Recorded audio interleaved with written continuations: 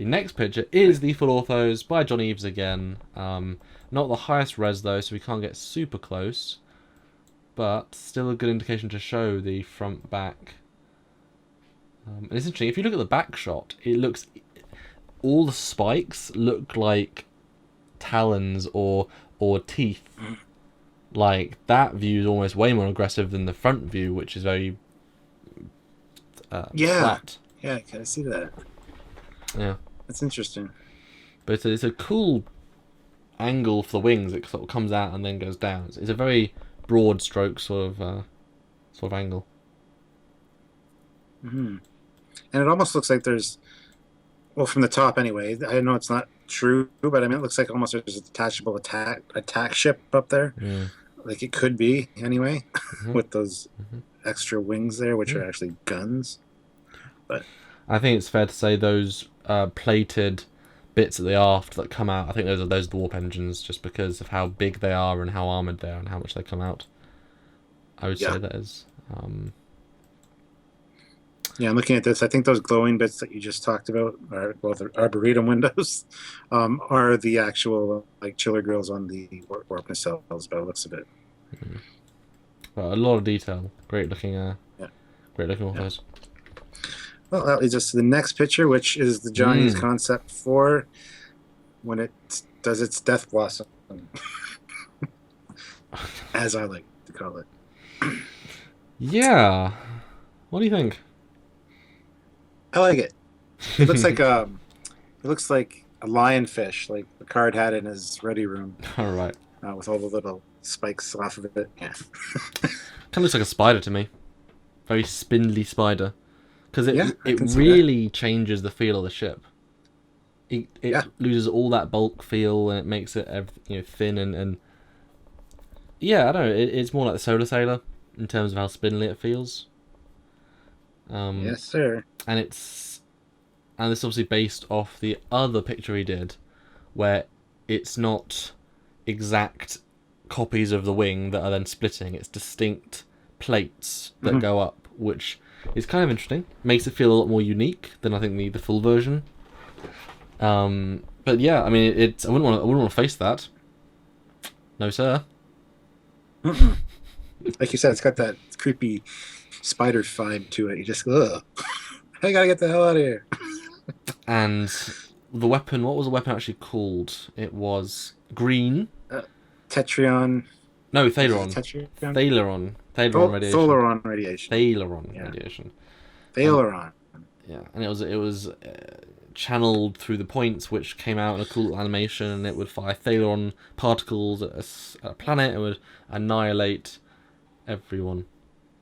So the ship, as we teased earlier, is very, very well armed, very, very big, stupidly good shields, a lot of shuttles and a lot of which are fighters, has cloak, can fire while cloaked, can keep up with the flagship of the Enterprise of the Starfleet in terms of warp, easily, and has a death beam that can kill an entire planet in one shot. That's right, and you did say fighters, yes? Mm-hmm. Scorpion fighters. How many Scorpion fighters does this thing have? Do we know?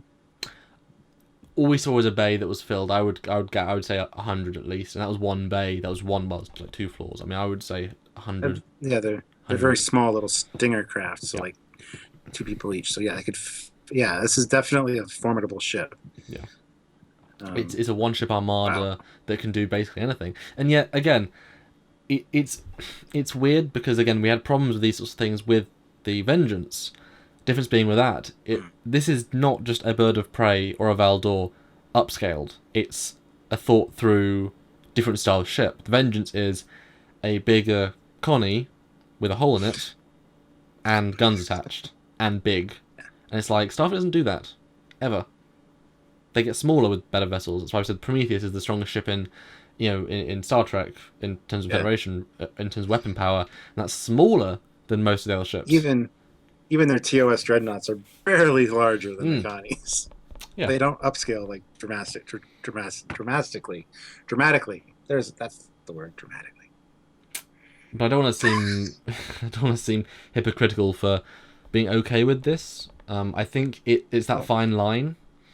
Yeah, it's the same thing saying the Dominion battleship is it's a very, very large ship. I mean, we've done other shows where we've compared it to that, or ships to that, and it's like it's 1,500 meters or 2,000 meters. It's enormous. But it's like that's what a battleship can have. It's a different version of a ship. It's a bigger, it's a new design, and it's a hulking ship. It's not too well armed. It's just got bigger cannons. I don't know. There's lines. I think there's lines that you cross and don't cross, and this works. I think. That's what I'm saying.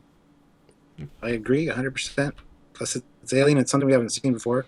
Not only is it not Romulan, but it's not, or not. Not only is it Reman, but it's not Romulan. You know what I mean? But it's Romulan-esque, and that's the best thing.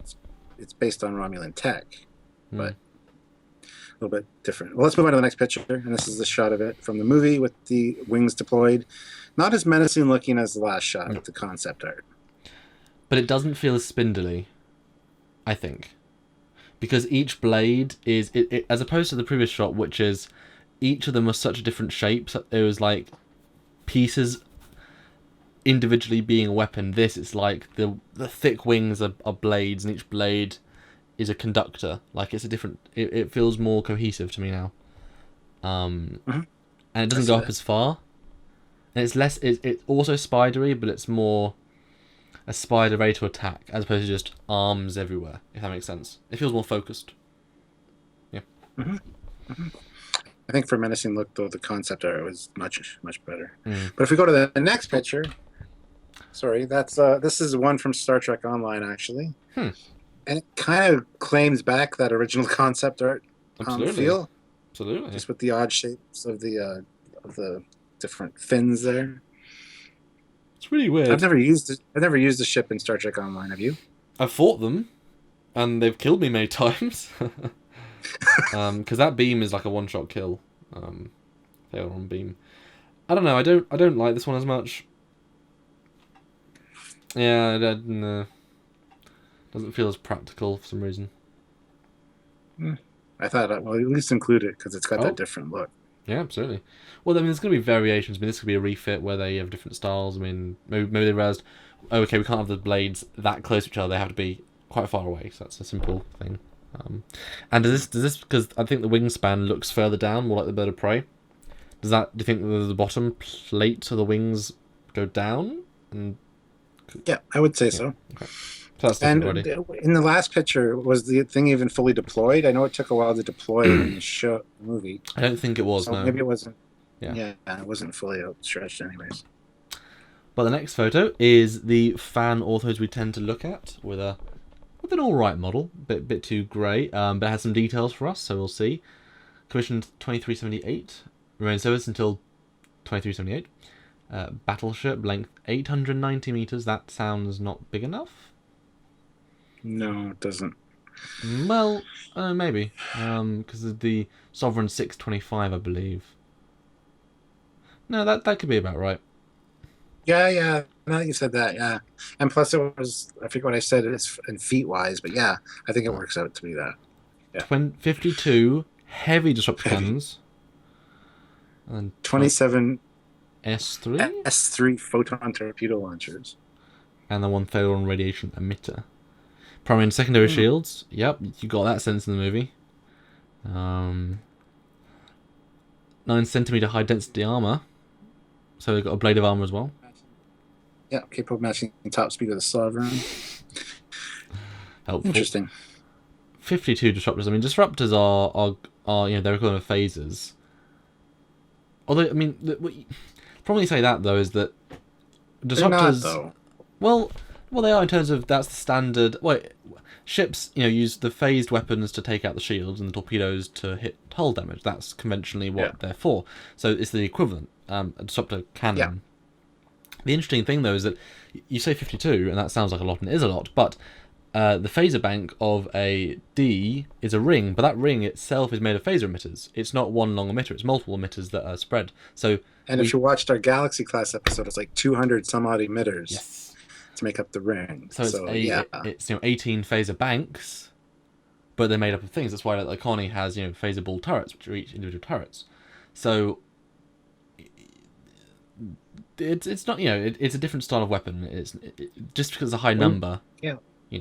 When you look at it that way, when you say it that way, that's actually a very good point.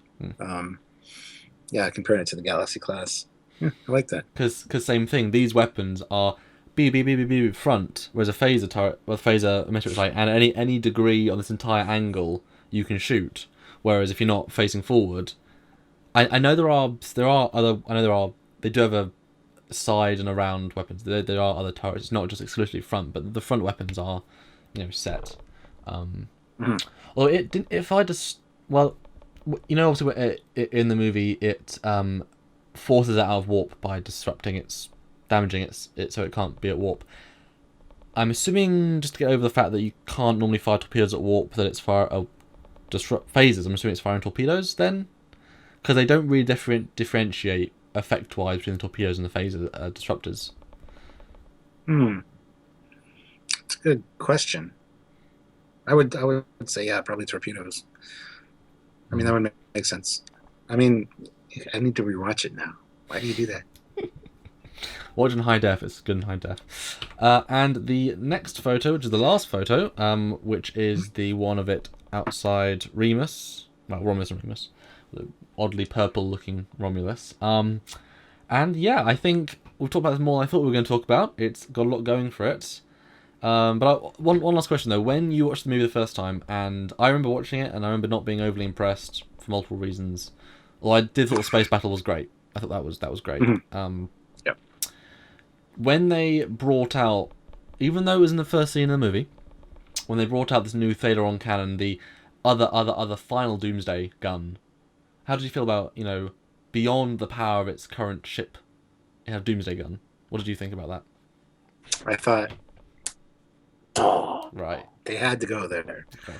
They had to have this earth-shattering weapon that's not just, a gun platform. Now it can destroy a whole planet. It's the Death Star. Yay! We have to have some real major baddie that we have to stop. And what really annoyed me was the fact that it took so long to deploy. And I know that's just a plot device so that things can get done and people can save the day in the time that it needs to take. But seriously, just have a weapon that just fire. Not, we got 10 minutes to get this thing ready. Or you just put it in the middle of the ship and don't need a charging sequence. Yeah. You just divert the plasma. Or charge it while you're doing other things so that you can fire it as you need it. I don't know, I kind of liked the Doomsday element, like they had even more ness, but I almost would have thought, if they have the torpedoes, like the entire wing is torpedo launchers, like lining it.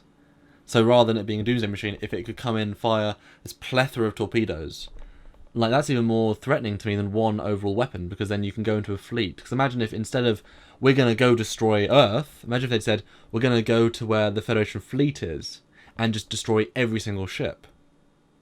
Because there's one thing about killing Earth, you've still got the fleet. I mean, you can send a fleet to go destroy Romulus. If they had said, we're going to go to Starbase 13 and annihilate the 6th Fleet, I would have found that more impressive. And the ship itself would have been an ultimate badass as opposed to a Doomsday weapon. Because it's a fine line. But, yeah. That's less of a threat. The ships can defend themselves. Is it, though? Yeah, but... Yes, it is. Because you're not at someone's homeworld. They have nowhere to go back to. I mean, that's... But there's so many planets, though, that you can go to Vulcan, you go to Dora. I know, but that's not the point, though. It's like when Vulcan got destroyed. We're the last Vulcans. We need to start a new Vulcan. It's very... It's a good way to bring down an enemy, is to destroy their home base. Sure, but if you can show... That's all the innocent civilians. Oh, no, absolutely. But if you can show the enemy that you can annihilate one of their strongest task force, which might only have like 10 of, the entire task force in one battle, and then they go to the next one, and the next one, and the next one, and they destroy 600 ships, which the Dominion didn't do, the Borg didn't do, then Earth is like, we have nothing, and then you stroll over to Earth and say, hey guys, we've killed 16 million of your troops, all of your ships, we own Earth now. Just saying, we own you. And the Federation, we destroy the Federation, because there is no more fleet. You need the fleet. That doesn't work, though, because every time they engage a new fleet, some of the ships are going to get shots off. They're going to get different sensor scans. They're going to find weaknesses. They're going to find attack pattern problems. But not if you annihilate every single ship and station, though. In the one battle, that's the point. It comes and annihilates every... Remember, this is Enterprise E. You think of a fleet of Mirandas that are blown up in one shot. And Excelsiors, you know. I mean, this thing will be able to rip through every single force. I mean, I think this could even take on Starbase 1 without too much issue. Just with its amount of weapons. You know, I would... I disagree with you. It's like, I don't know, I think if you leave everyone on Earth being scared because they have no more ships, you can subjugate them. If you just kill Earth, then everyone else will rally their ships. You'll have a bigger fleet to be able to take them out. I agree with that point of view in a way. You take out the home planet, then all the fleets that are still around are going to come and beat the living crap out of you. And destroy Romulus. If you have the strength to destroy a planet, you can obviously destroy the fleets, as you just said. So either way...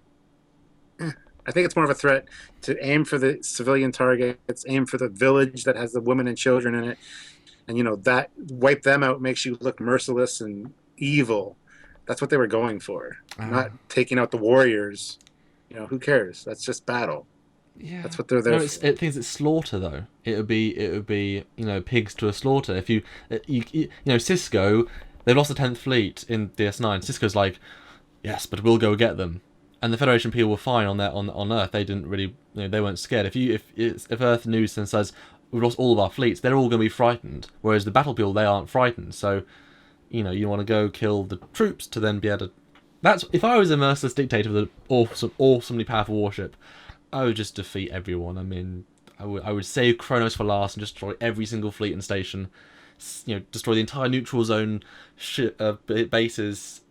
Just go down the line, just annihilate them all. And be like, dudes, I own the neutral zone now. And that is it for this week's Trekyards mission briefing on the Reman Scimitar. Any last thoughts, Stuart? An awesome battleship. It was great to see it on screen. Not the best movie, as you said, but awesome fight sequence at the end. And some amazing elements, at least. And I really like the new Reman bat look. You know, kind of a take on the Klingon, or the Romulans' bird motif, so I like it. Awesome ship. Yep, and I have exactly the same thoughts, so I will close out on that. And thanks guys for watching. If you want to support this show, help us make more amazing ships and discussions and just fun things, then please go to our website www.trekyards.com and click the donate button and give what you can, or be a regular supporter and be one of our best friends and just help the show and keep it coming to you every single week, several times a week. In fact, go over to Patreon, which is our YouTube monthly donation service, and say give $5 a month, which is not a lot per year, and a year goes by very slowly, so we'd appreciate it. You wouldn't notice it. Everyone's doing well from that, if you can, obviously. If not, just enjoy the show. So we make it for you guys. That's what we do. But until next time, next episode, this is Commander Cockings. And I'm Captain Foley. We'll see you next time. Bye, guys. Kill all the women and children. Earth is toast, man.